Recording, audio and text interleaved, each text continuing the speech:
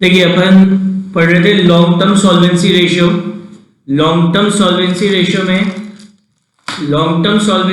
में अपन ने पढ़ा था, लॉन्ग टर्म सॉल्वेंसी रेशियो में क्यों कैलकुलेट कर रहे थे कि हमारी जो लॉन्ग टर्म लाइबिलिटीज हैं या हमारी जो डेप्थ हैं उनको रिपे करने की हमारी क्या पोजीशन है, उसका एनालिसिस करने के लिए अपन क्या पढ़ रहे थे, लॉन्ग टर्म सॉल्वेंसी रेशियो या कैपिटल स्ट्रक्चर रेशियो। तो उसके अंदर सबसे पहले अपन ने पढ़ा था डेप्थ इक्विटी रेशियो।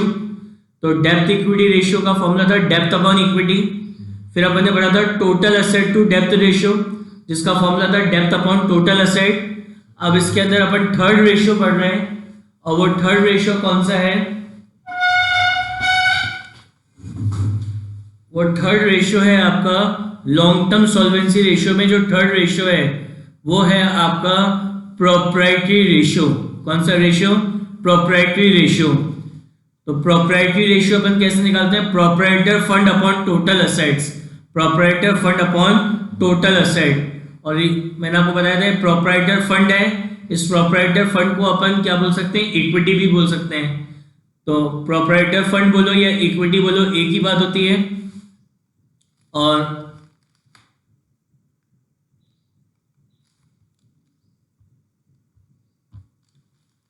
कैसे निकालते हैं इसको? अपन यहाँ पढ़ा था अपन ने कि प्रोप्राइटर फंड या इक्विटी, इसको प्रोप्राइटर फंड को अपन इक्विटी भी बोलते हैं, नेटवर्थ भी बोलते हैं, शोल्डर फंड भी बोलते हैं, ओनर्स फंड भी बोलते हैं, प्रोप्राइटर फंड भी बोलते हैं और इंटरनल इक्विटी भी बोलते हैं। और इसको अपन कैसे निकालते हैं? Equity share capital plus preference share capital plus reserve and surplus minus miscellaneous expenditure. और मैंने आपको एक और फॉर्मूला बताया था इस प्रोप्राइटर फंड को निकालने का, non current asset plus working capital minus non current liability. ठीक है ना? और टोटल एसेट्स क्या होते हैं? टोटल एसेट्स क्या होते हैं? Fix asset plus investment plus current asset, या फिर ये फिक्स एसेट प्लस इन्वेस्टमेंट हमारे क्या कहलाते हैं? नॉन करंट एसेट्स कहलाते हैं। तो non current asset plus current asset. तो अपन अब इसके क्वेश्चन करते हैं प्रोप्राइटरी रेशियो के। प्रोप्राइटरी रेशियो कैलकुलेट करके अपन ये एनालिसिस करते हैं कि हमारा जो इक्विटी है, जो हमारी इक्विटी है, प्रोप्राइटर फंड है, उसको पे करने के लिए कितने असेट्स हमारे पास अवेलेबल हैं। अभी अपन ने जो एनालिसिस किया लिक्विडिटी रेशियोज में, अपन ने करंट लायबिलिटी का एनालिसिस किया। अपन लॉन्ग टर्म सॉल्वेंसी रेशियो में अपन ने डेप्थ इक्विटी रेशियो और टोटल एसेट टू डेप्थ रेशियो में लॉन्ग टर्म लायबिलिटी का एनालिसिस किया। अब यहाँ पे अपन बात कर रहे हैं प्रोप्राइटर फंड, मतलब जो इक्विटी है, जो शेयर होल्डर्स हैं, उनका रिपेमेंट करने का क्या पोजीशन है, उसका एनालिसिस करने के लिए ये प्रोप्राइटरी रेशियो अपन कैलकुलेट करते हैं। ठीक है? फॉर्मूला क्या होता है? Proprietor fund upon total assets.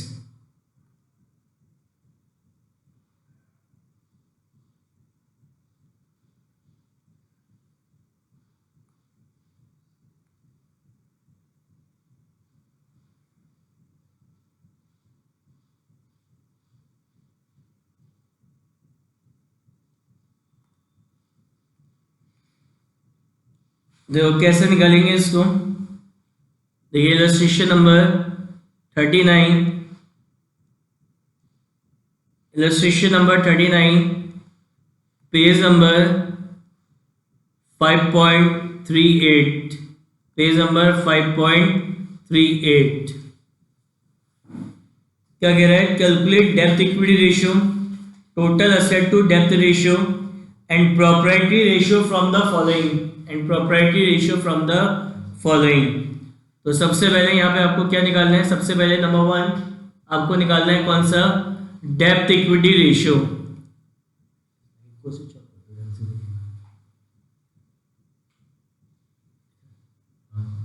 Depth equity ratio. तो डेप्थ इक्विटी रेशियो कैसे निकालेंगे?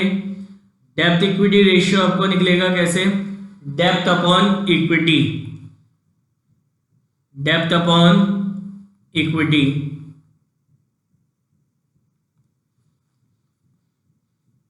डेप्थ कैसे निकलेगा यहाँ पे? अब अपन को दो चीजें निकालनी है। एक तो आपको पहले डेप्थ निकालना है और फिर आपको क्या निकालनी है? इक्विटी निकालनी है। डेप्थ निकालना है और इक्विटी निकालनी है। डेप्थ में आपको पता है क्या क्या आता है? लॉन्ग टर्म बोरिंग्स आती हैं, डिबेंचर्स आते हैं और लॉन्ग टर्म प्रोविजंस आते हैं। और इक्विटी में क्या आता है? Equity share capital plus preference share capital plus reserve and surplus plus reserve and surplus. तो सबसे पहले इक्विटी शेयर कैपिटल दे रखी है, तो इक्विटी शेयर कैपिटल किस में आएगी? इक्विटी में आएगी। फिर आपको प्रेफरेंस शेयर कैपिटल दे रखी है, तो प्रेफरेंस शेयर कैपिटल भी किस में आएगी? इक्विटी में आएगी। फिर आपको जनरल रिजर्व दे रखा है, तो general reserve is a part of reserve and surplus. General reserve is a part of reserve and surplus. फिर आपको प्रॉफिट एंड लॉस अकाउंट का बैलेंस दे रखा है, तो profit and loss account is a part of reserve and surplus.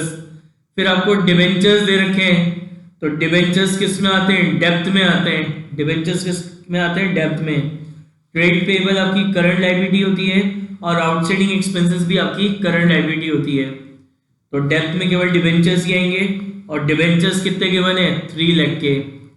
तो डेब्ट तो आ गया आपका कितना? 3 लाख अपॉन तो इक्विटी। इक्विटी कितनी आएगी? क्वेश्चन में इक्विटी शेयर कैपिटल आपको गिवन है कितनी? 3 लाख। 3 लाख। क्वेश्चन में प्रेफरेंस शेयर कैपिटल आपको गिवन है कितनी? 1 लाख। उसके बाद क्वेश्चन में जनरल रिजर्व गिवन है कितना? 1,80,000। और क्वेश्चन में प्रॉफिट एंड लॉस अकाउंट का बैलेंस गिवन है कितना? 1,20,000। तो आपकी जो इक्विटी है, आपकी इक्विटी हो जाएगी कितनी? 7 लाख। सो 3 लाख अपॉन 7 लाख, तो ये आपका डेब्ट इक्विटी रेशियो आ जाएगा 3 लाख अपॉन 7 लाख कितना? 0.43:1। 0.43:1। सेकेंड क्या कह रहा है आपसे? क्या निकालना है? टोटल एसेट टू डेप्थ रेशियो। क्या निकालना है आपको? टोटल एसेट टू डेप्थ रेशियो। टोटल एसेट टू डेप्थ रेशियो कैसे निकालेंगे? Total asset upon depth. Total asset upon depth. तो डेप्थ तो आपने निकाली थी, डेप्थ कितना निकाला आपने? 3 लाख।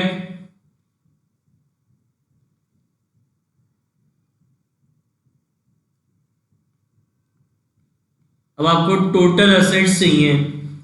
अब टोटल एसेट्स कैसे निकलेंगे? वापस अपन वो बैलेंस शीट देखते हैं।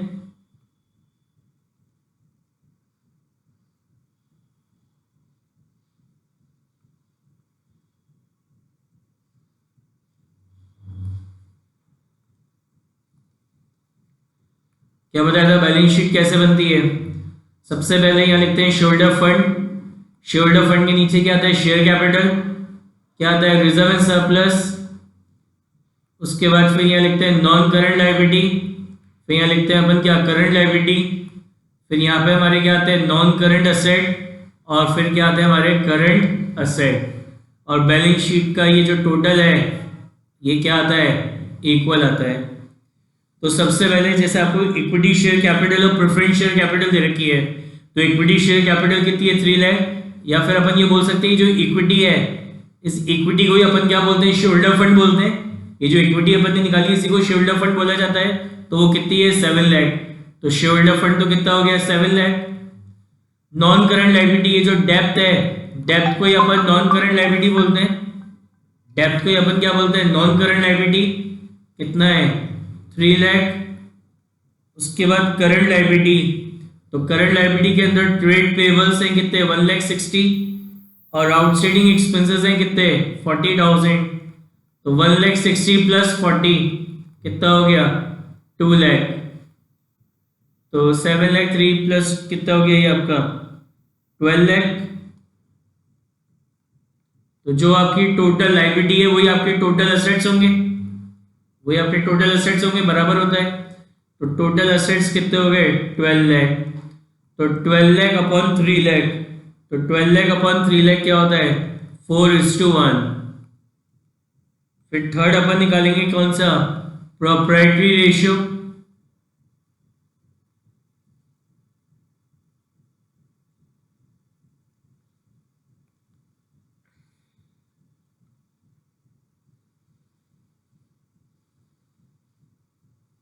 प्रोप्राइटरी रेशियो कैसे निकलेगा?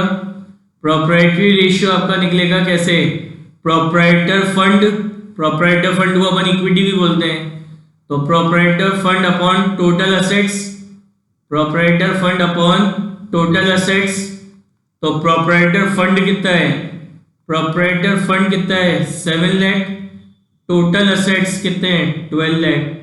तो 7 लाख अपॉन 12 लाख, 7 लाख अपॉन 12 लाख क्या होगा 0.58:1, क्या हो जाएगा 0.58:1।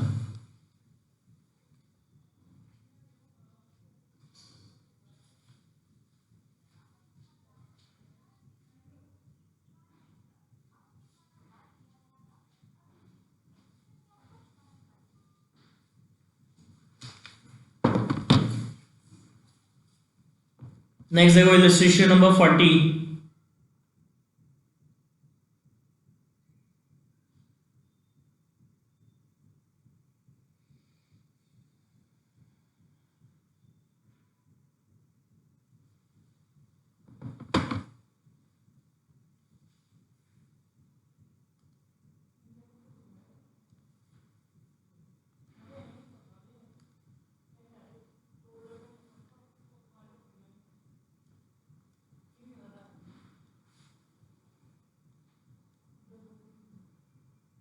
इलस्ट्रेशन नंबर 40 क्या कह रहा है, calculate depth equity ratio and proprietary ratio from the following data.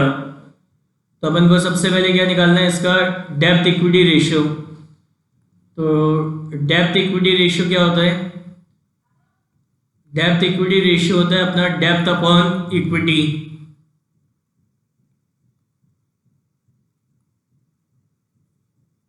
Depth upon equity. तो सबसे पहले क्या निकालना है, डेप्थ निकालना है और फिर क्या निकालना है आपको, इक्विटी निकालनी है। ठीक है, अब सबसे पहले इक्विटी शेयर कैपिटल। तो इक्विटी शेयर कैपिटल किस में आती है, इक्विटी में आती है। जनरल रिजर्व, तो general reserve is a part of reserve and surplus. तो इक्विटी कैसे निकालते हैं, इक्विटी निकलती है share capital plus reserve and surplus. तो general reserve is a part of reserve and surplus. फिर आपको profit and loss account bracket में दे रखा है, तो ये मतलब ये नेट लॉस है, तो it is also a part of reserve and surplus.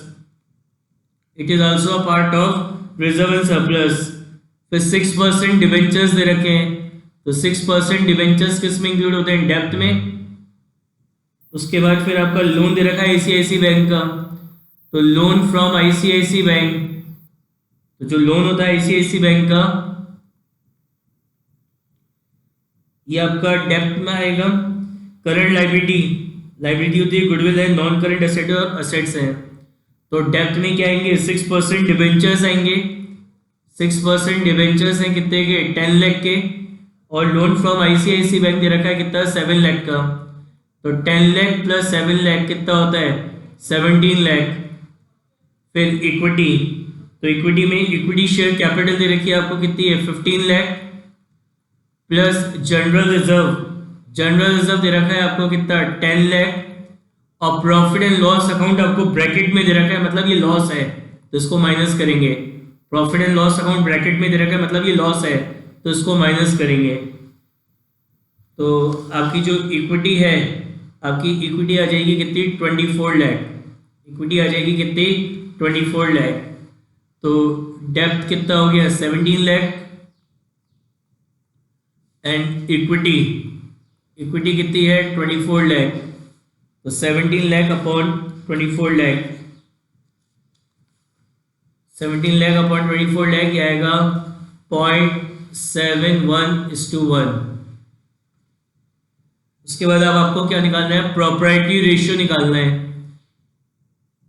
तो प्रोप्राइटरी रेशियो कैसे निकलता है, प्रोप्राइटरी रेशियो आपका निकलता है proprietor fund upon total assets. Proprietor fund upon total assets. Proprietor fund क्या होगा, प्रोप्राइटर फंड होगा आपका ये इक्विटी, इक्विटी को बोलते हैं, कितना हो जाएगा 24 lakh. Total assets, total assets क्या होंगे,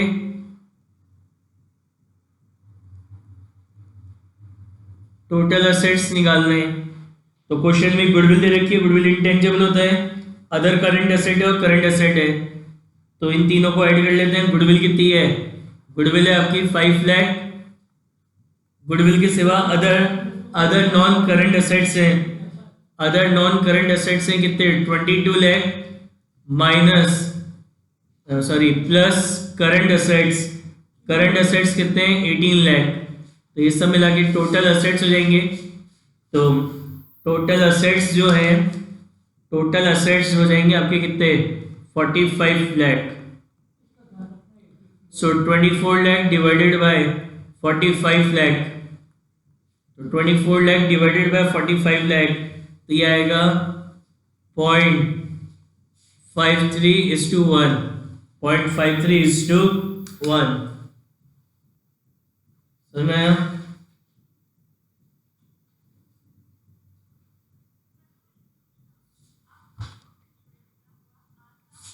टेक आउट इलस्ट्रेशन नंबर 41।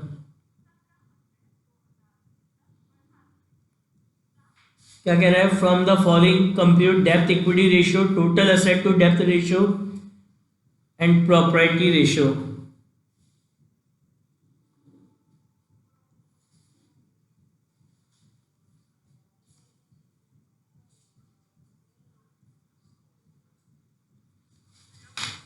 हाँ ये भी है ना। क्या हो गया?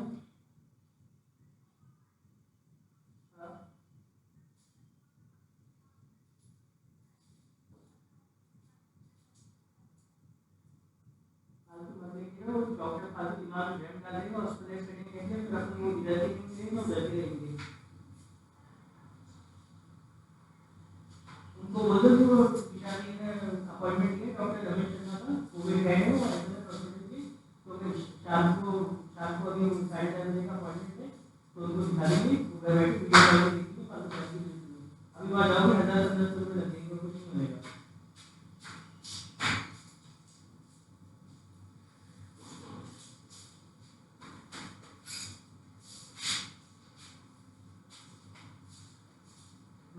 आप ऐसे मत देना, वहाँ पे जाएंगे 1000-1500 रुपये लगेंगे, वो पीपी के हो जाएंगे। हाँ ठीक है, ले जाना, ठीक है ले जाना।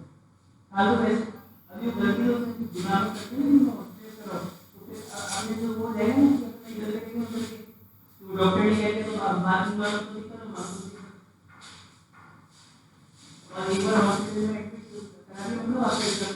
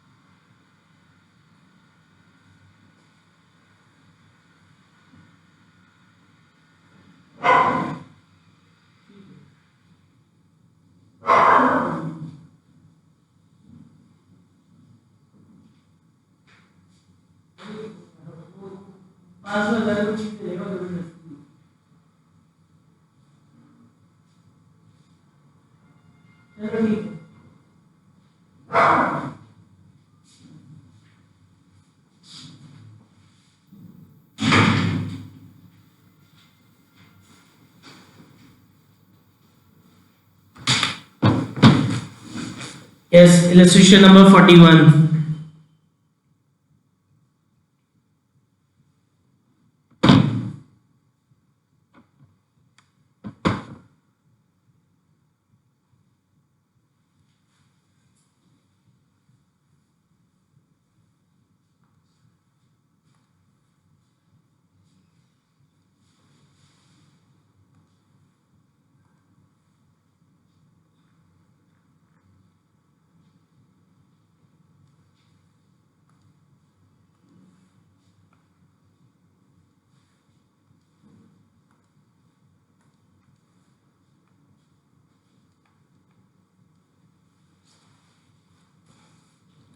देखो बैलेंस शीट कैसे बनती है, सबसे पहले इधर शोल्डर फंड आता है, फिर शोल्डर फंड के नीचे क्या आता है, नॉन करंट लायबिलिटी आती है, और फिर क्या आता है आपका करंट लायबिलिटी आती है। फिर असेट्स में क्या आते हैं आपके, नॉन करंट असेट्स आते हैं, और क्या आता है, करंट असेट। अब यहाँ पे क्वेश्चन में लॉन्ग टर्म बोरिंग्स दे रखी हैं, तो लॉन्ग टर्म बोरिंग्स किस में आती है, करंट लायबिलिटी में आती हैं। फिर लॉन्ग टर्म प्रोविजंस हैं, तो लॉन्ग टर्म प्रोविजंस किस में आते हैं, नॉन करंट लायबिलिटी में आते हैं। फिर करंट लायबिलिटी है, तो करंट लायबिलिटी है कितने की, 25,000 की। उसके बाद नॉन करंट असेट्स हैं, नॉन करंट असेट्स आपको दे रखे हैं कितने के, 1,80,000 के। और करंट असेट्स हैं, करंट असेट्स दे रखे हैं आपको कितने के, 45,000 रुपीज के। ठीक है, तो नॉन करंट लायबिलिटी कितनी हो गई, 1,50,000, करंट लायबिलिटी कितनी है, 25,000, और टोटल करंट असेट्स कितने हो गए आपके, कितने होंगे, 2,25,000। टोटल करंट असेट्स कितने हो गए, 2,25,000 के। तो जो टोटल करंट एसेट है वही टोटल करंट लायबिलिटी होगी, तो टोटल करंट लायबिलिटी भी कितनी हो जाएगी, 2,25,000। Total liability sorry, total liability कितनी होगी, 2,25,000। जो टोटल असेट्स है वो टोटल लायबिलिटी होगी, तो टोटल असेट्स कितने हैं, 2,25,000, तो टोटल लायबिलिटीज भी कितनी होगी, 2,25,000। अब टोटल लायबिलिटी में क्या क्या आता है, शोल्डर फंड आता है, नॉन करंट लायबिलिटी आती है और करंट लायबिलिटी आती है। तो अपन को टोटल लायबिलिटी पता है, करंट लायबिलिटी पता है, नॉन करंट लायबिलिटी पता है। तो शेयरहोल्डर फंड कैसे निकालना है, हमारी जो टोटल लायबिलिटी है, हमें टोटल लायबिलिटीज पता है कितनी है, हम अपनी टोटल लायबिलिटीज में से क्या माइनस कर दें, नॉन करंट लायबिलिटी माइनस कर दें, नॉन करंट लायबिलिटी और करंट लायबिलिटी। तो टोटल लायबिलिटीज कितनी है, 2,25,000 माइनस नॉन करंट लायबिलिटी कितनी है, 1,50,000 और माइनस करंट लायबिलिटी कितनी है, 25,000। करंट लायबिलिटी कितनी है, 25,000। तो 2,25,000 माइनस 1,50,000 माइनस दिस, तो आपका जो शेयरहोल्डर फंड है, शेयरहोल्डर फंड जो है वो आएगा आपका 50,000। 2,25,000 में से माइनस करोगे 1,50,000 माइनस करोगे 25 तो कितना आएगा, 50,000। तो शेयरहोल्डर फंड कितना आ गया आपका, 50,000 आ गया। अब अपन को सबसे पहले इसके अंदर क्या निकालना है, डेब्ट इक्विटी रेशियो निकालना है। तो डेब्ट इक्विटी रेशियो क्या होगा आपका, डेब्ट अपॉन इक्विटी, डेब्ट अपॉन इक्विटी। तो डेब्ट क्या होगा, 1,50,000, इक्विटी क्या है, इक्विटी है आपकी 50,000, तो 1,50,000 अपॉन 50,000, तो यह आ जाएगा आपका क्या, 3:1, क्या आएगा, 3:1। सेकंड है आपका क्या, टोटल असेट टू डेब्ट रेशियो, टोटल असेट टू डेब्ट रेशियो। तो टोटल असेट टू डेब्ट रेशियो कैसे निकलेगा, टोटल असेट अपॉन डेब्ट, टोटल असेट अपॉन डेब्ट। तो टोटल असेट्स कितने हैं, 2,25,000 अपॉन डेब्ट, डेब्ट कितना है 1,50,000, तो 2,25,000 डिवाइडेड बाय 1,50,000, तो 2,25,000 डिवाइडेड बाय 1,50,000, तो ये आएगा आपका 1.5:1, 1.5:1। थर्ड निकालेंगे प्रोप्राइटरी रेशियो। तो प्रोप्राइटरी रेशियो कैसे निकलेगा, प्रोप्राइटरी रेशियो आपका निकलेगा कैसे, proprietor fund upon total assets, proprietor fund upon total asset. Proprietor fund मतलब इक्विटी या शेयरहोल्डर फंड, कितना निकाला अपन ने, 50,000, एंड टोटल असेट्स कितने, 2,25,000, तो 50,000 डिवाइडेड बाय 2,25,000, तो क्या आ जाएगा आपका 0.22:1, 0.22:1। ठीक है, टेक आउट इलस्ट्रेशन नंबर 42।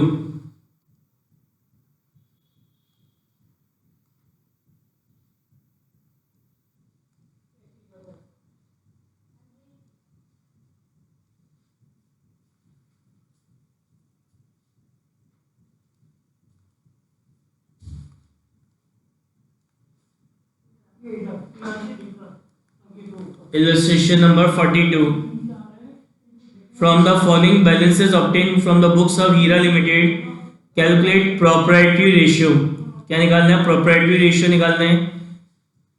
क्या है? प्लांट एंड मशीनरी है, लैंड एंड बिल्डिंग है, मोटर कार है, फर्नीचर है, स्टॉक है, डेटर्स है, कैश एट बैंक है, नॉन करंट लायबिलिटी और करंट लायबिलिटी है. क्या निकालना है आपको? Proprietary ratio.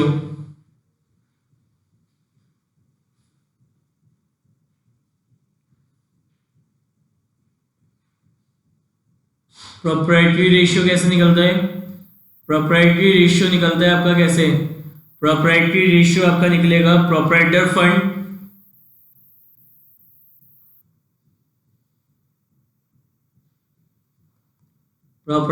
Fund upon total assets. Proprietor fund upon total assets.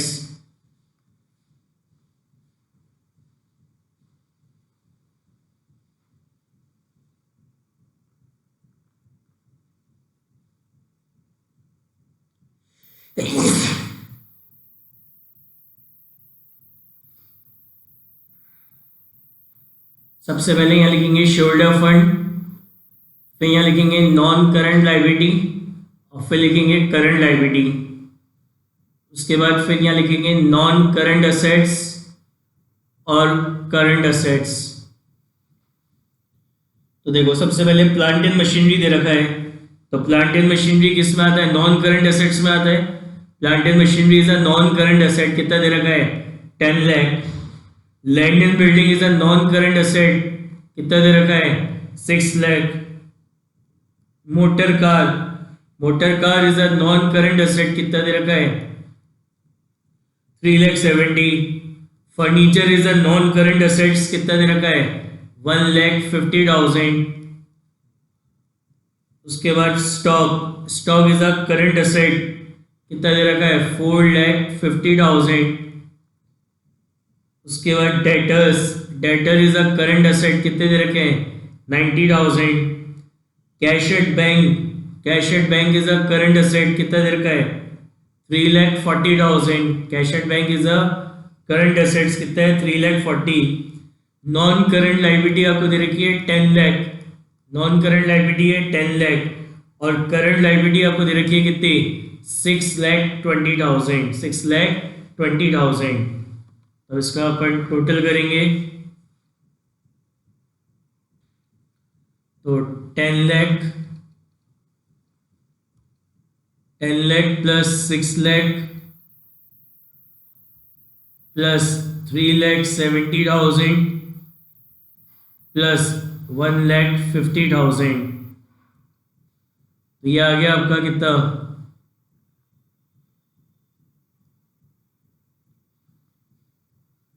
21,20,000. 21,20,000. उसके बाद इसका टोटल करेंगे 4,50,000. 4,50,000 प्लस 90,000 प्लस 3,40,000 प्लस 3,40,000. तो ये आ गया आपका 8,80,000. तो टोटल असेट्स कितने हो गए? 21,20,000 प्लस 8,80,000.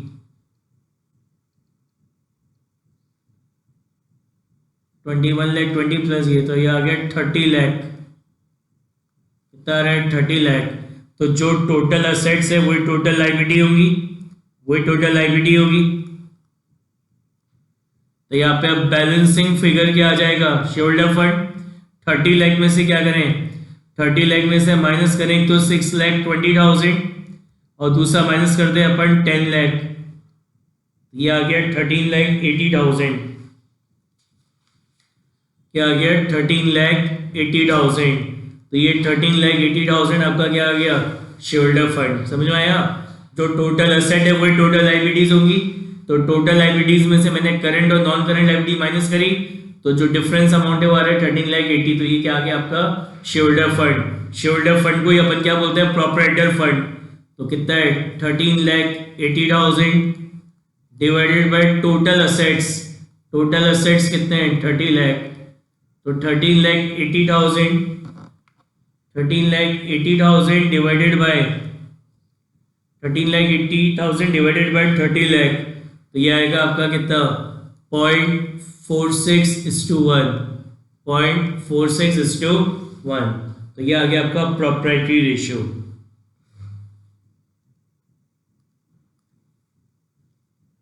43 देखो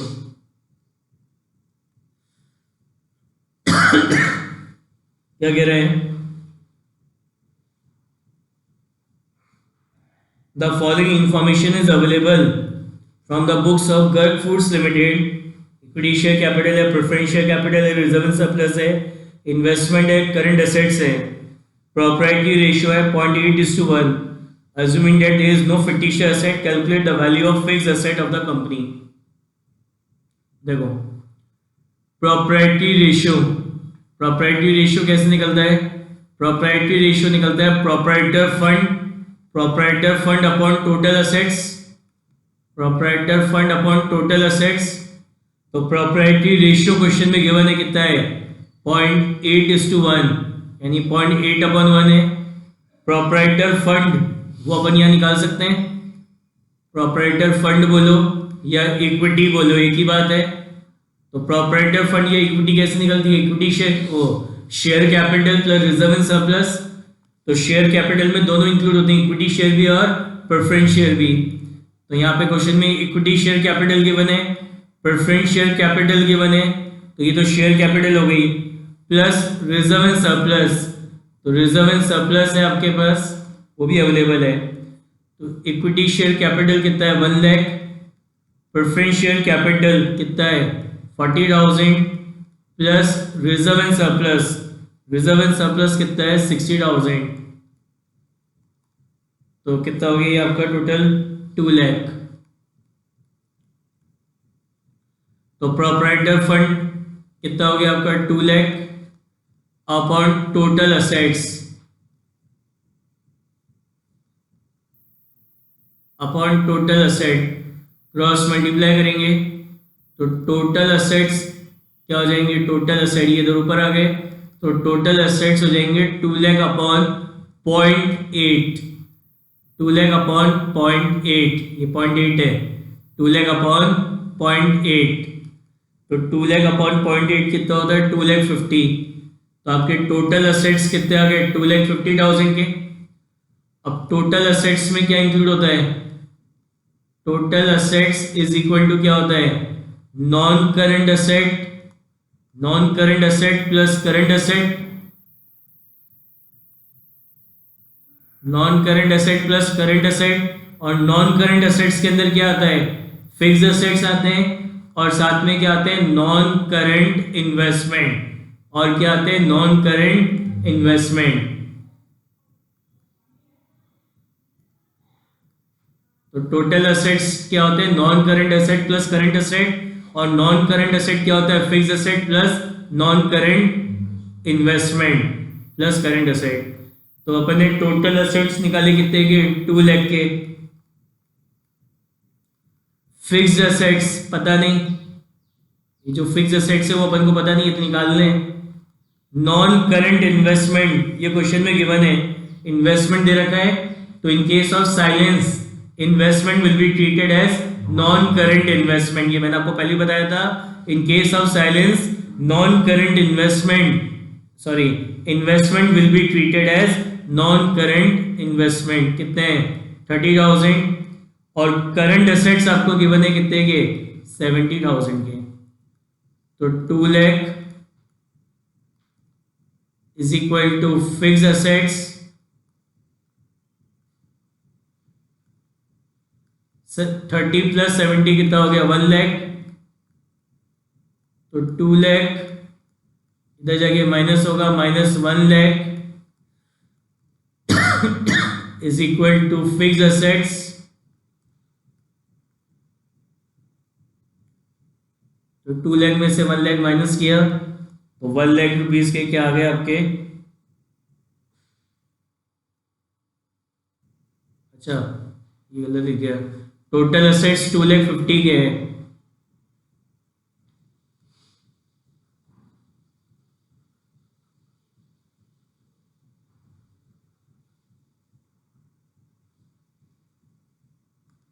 टोटल असेट्स तो ये थे ना हमारे, तो टोटल असेट्स कितने, 2,50,000।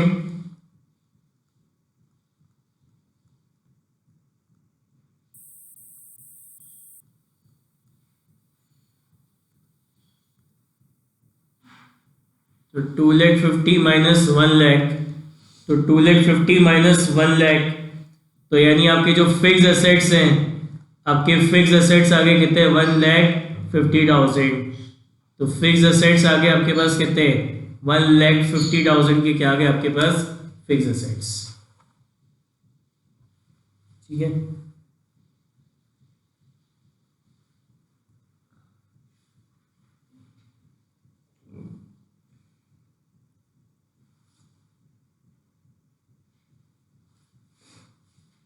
इलस्ट्रेशन नंबर 44 देखो।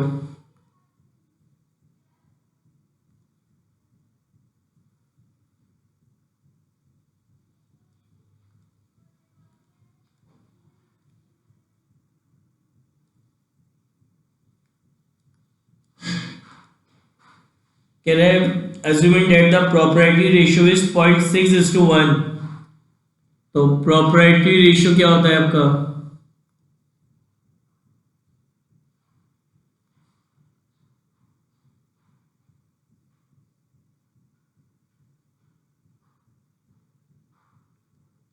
proprietary रेशियो होता है आपका प्रोप्राइटर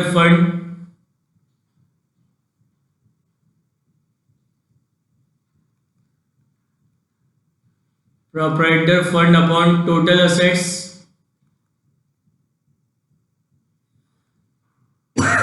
तो प्रोप्राइटरी रेशियो क्या दे रखा है, 0.6:1। 0.6:1। तो मैं अज्यूम करता हूं मेरा जो प्रोप्राइटर फंड है वो 60, जो प्रोप्राइटर फंड है वो कितने का होगा, 60,000 का, और जो टोटल असेट्स है वो कितने के होंगे, 1,00,000 के मैंने अज्यूम करा। तो फर्स्ट क्या है, अब अपन को बताना है ये जो चीजें हुई है इससे आपके प्रॉपर्टी रेशियो पे क्या इफेक्ट पड़ा। तो सबसे पहले issue of equity share for cash, issue of equity share for cash. तो अपन अज्यूम करते हैं कि अपन ने ड्यूरिंग द ईयर 50,000 रुपीज के, 50,000 रुपीज के इक्विटी शेयर्स, 50,000 रुपीज के इक्विटी शेयर्स क्या करें, इशू करें। 50,000 रुपीज के इक्विटी शेयर्स क्या करें, इशू करें। तो अभी आपका प्रोप्राइटर फंड कितना है, आपकी अभी आपका प्रोप्राइटर फंड है 60,000, और आपके जो टोटल असेट्स हैं वो कितने के, 1,00,000 के। टोटल असेट्स कितने हैं, 1,00,000। तो प्रोप्राइटर फंड में क्या आता है, share capital plus reserve and surplus. तो आप शेयर कैपिटल के अंदर क्या आते हैं, इक्विटी शेयर भी। तो आपने 50,000 की इक्विटी शेयर इशू करे, तो इससे आपकी इक्विटी शेयर कैपिटल इंक्रीज होगी। इक्विटी शेयर कैपिटल इंक्रीज होगी तो मतलब इससे आपका प्रोप्राइटर फंड इंक्रीज हो जाएगा, और शेयर को इशू करने से आपके पास क्या आएगा, कैश आएगा। तो इससे क्या होगा, आपका बैंक बैलेंस बढ़ जाएगा। तो बैंक बैलेंस आपका असेट होता है, तो इससे आपका असेट इंक्रीज हो जाएगा कितने से, 50,000 से। तो यानी प्रोप्राइटर फंड तो कितना हो गया, 1,10,000, और टोटल असेट्स कितने हो गए, 1,50,000। अब प्रोप्राइटरी रेशियो क्या होता है, प्रोप्राइटरी रेशियो होता है proprietor fund upon total assets, proprietor fund upon total assets. तो प्रोप्राइटर फंड कितना है, 1,10,000 का, टोटल असेट्स कितने हैं, 1,50,000 के। तो ये आ जाएगा आपका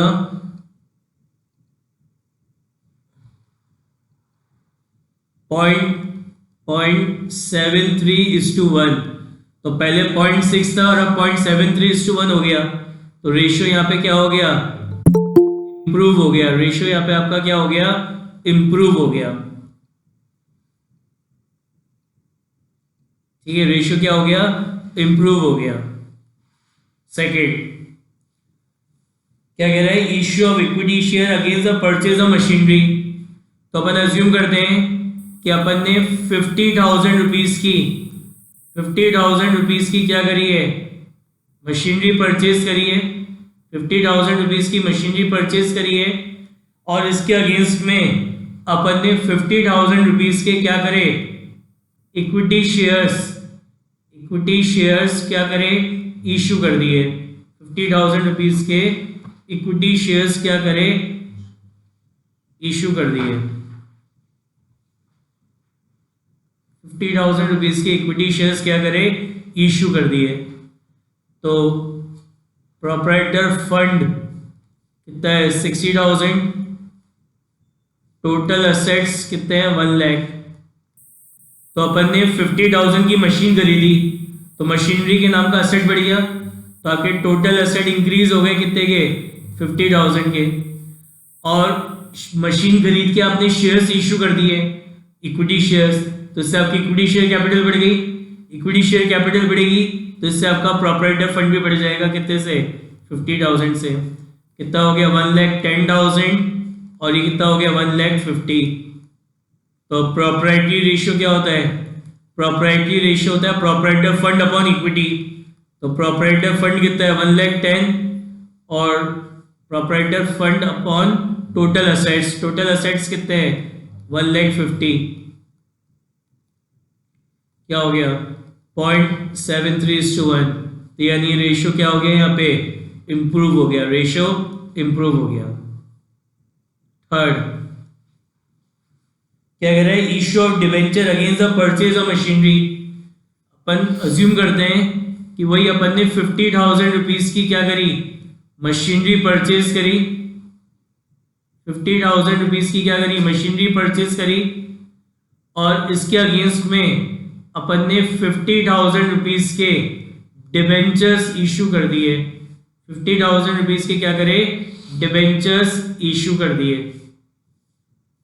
तो प्रोप्राइटरी रेशियो क्या होता है, प्रोप्राइटरी रेशियो होता है प्रोप्राइटर फंड।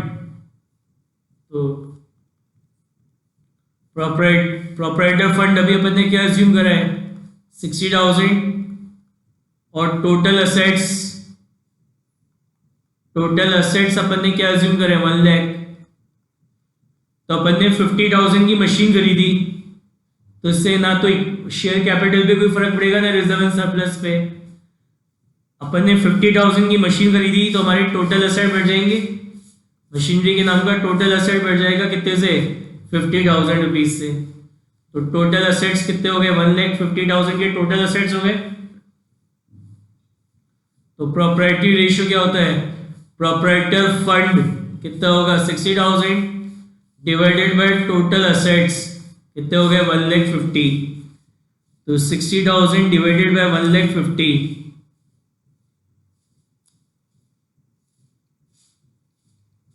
60,000 डिवाइडेड बाय 1,50,000, तो ये हो गया 0.4:1।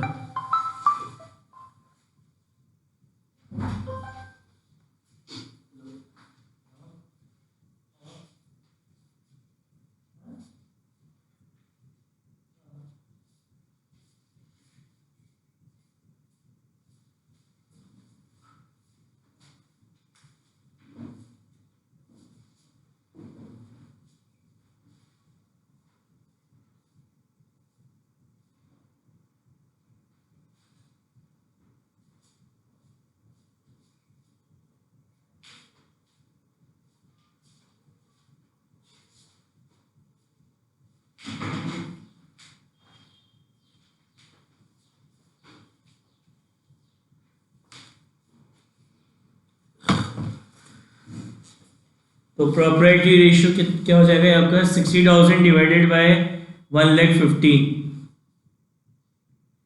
तो 60,000 डिवाइडेड बाय 1,50,000, तो क्या हो गया आपका 0.4:1, 0.4:1। तो पहले 0.6 था, 0.4 हो गया, तो रेशियो यहाँ पे क्या हो गया, रिड्यूस हो गया, रेशियो क्या हो गया आपका, रिड्यूस हो गया। Fourth, redemption of debentures for cash. तो अपन अज्यूम कर रहे हैं अपन ने 50,000 रुपीज़ के 50,000 रुपीज़ के डिबेंचर्स क्या करे, 50,000 रुपीज़ के डिबेंचर्स का क्या करा, रिडम्पशन कर दिया। 50,000 के डिबेंचर्स का रिडेम्पशन करा है काय में, कैश में। तो प्रोप्राइटर फंड कितना है, प्रोप्राइटर फंड है कितना 60,000। टोटल असेट्स हैं आपके पास कितने के 1 लाख, टोटल असेट्स हैं कितने के 1 लाख। तो प्रोप्राइटर फंड में क्या होता है, share capital plus reserve and surplus, तो दोनों पे कोई इफेक्ट नहीं पड़ेगा। अपन ने 50,000 रुपीज की क्या करी है, मशीनरी खरीद, डिबेंचर्स 50,000 के डिबेंचर्स का रिडम्पशन करा है, और रिडम्पशन काय में हुआ है, कैश में। तो मेरे कैश के नाम का असेट कम हो जाएगा, तो मेरे टोटल असेट्स कम हो जाएंगे कितने से, 50,000 रुपीज से। तो प्रोप्राइटर फंड तो कितना है 60,000 और टोटल असेट्स कितने हैं 50,000। तो प्रॉपर्टी रेशियो क्या हो जाएगा आपका, प्रॉपर्टी रेशियो, प्रोप्राइटर फंड कितना है 60,000, टोटल असेट्स कितने हैं 50,000। तो ये हो जाएगा आपका क्या 1.2:1। तो पहले 0.6 था और 1.2:1 हो गया, तो रेशियो क्या हो गया आपका, इंप्रूव हो गया, रेशियो क्या हो गया, इंप्रूव हो गया। Fifth, conversion of debentures into preference shares. हमने अपने डिबेंचर्स को प्रेफरेंस शेयर में कन्वर्ट कर दिया, अपन ने अपने डिबेंचर्स को काय में कन्वर्ट कर दिया, प्रेफरेंस शेयर्स में कन्वर्ट कर दिया। तो अपन अज्यूम करते हैं कि अपन ने अपने 50,000 रुपीज के 50,000 रुपीज के डिबेंचर्स को 50,000 रुपीज के डिबेंचर्स को काय में कन्वर्ट कर दिया, प्रेफरेंस शेयर में कन्वर्ट कर दिया। 50,000 के डिबेंचर्स को काय में कन्वर्ट कर दिया, प्रेफरेंस शेयर में कन्वर्ट कर दिया। तो इससे क्या हुआ, मेरे डिबेंचर्स तो कम हो गए 50,000 से, और मेरी प्रेफरेंस शेयर कैपिटल बढ़ गई, मेरी प्रेफरेंस शेयर कैपिटल बढ़ गई कितने से 50,000 रुपीज से। ठीक है, तो प्रोप्राइटर फंड कितना अज्यूम किया था 60,000 का, और टोटल असेट्स कितने अज्यूम किए थे 1 लाख के। प्रोप्राइटर फंड में क्या था, शेयर कैपिटल और रिजर्व एंड सरप्लस, और शेयर कैपिटल के अंदर प्रेफरेंस शेयर आती है। तो अपन ने अपनी डिबेंचर्स का रिडम्पशन करा प्रेफरेंस शेयर इशू करके, तो डिबेंचर्स कम हुए, तो डिबेंचर्स के कम होने से नॉन करंट लायबिलिटी कम होती है, तो उस पर तो कोई इफेक्ट नहीं पड़ा। और दूसरा क्या इफेक्ट पड़ा, प्रेफरेंस शेयर बढ़ गए, तो प्रेफरेंस शेयर के बढ़ने से ये प्रोप्राइटर फंड इंक्रीज हो गया होगा, तो प्रोप्राइटर फंड इंक्रीज हो गया कितने से 50,000 से, इससे मेरे टोटल असेट्स पे कोई इफेक्ट नहीं पड़ा। ये कितना हो गया 1,10,000, और ये कितना है आपका 1 लाख। तो प्रोप्राइटरी रेशियो क्या हो जाएगा आपका, प्रोप्राइटर फंड कितना है 1,10,000 divided by total assets 1 lakh, तो ये आ जाएगा आपका 1.1:1। तो रेशियो क्या हो गया, इंप्रूव हो गया। ठीक है, समझ में आया। चलिए अब नेक्स्ट क्लास में इसको आगे कंटिन्यू करेंगे अपन। ठीक है।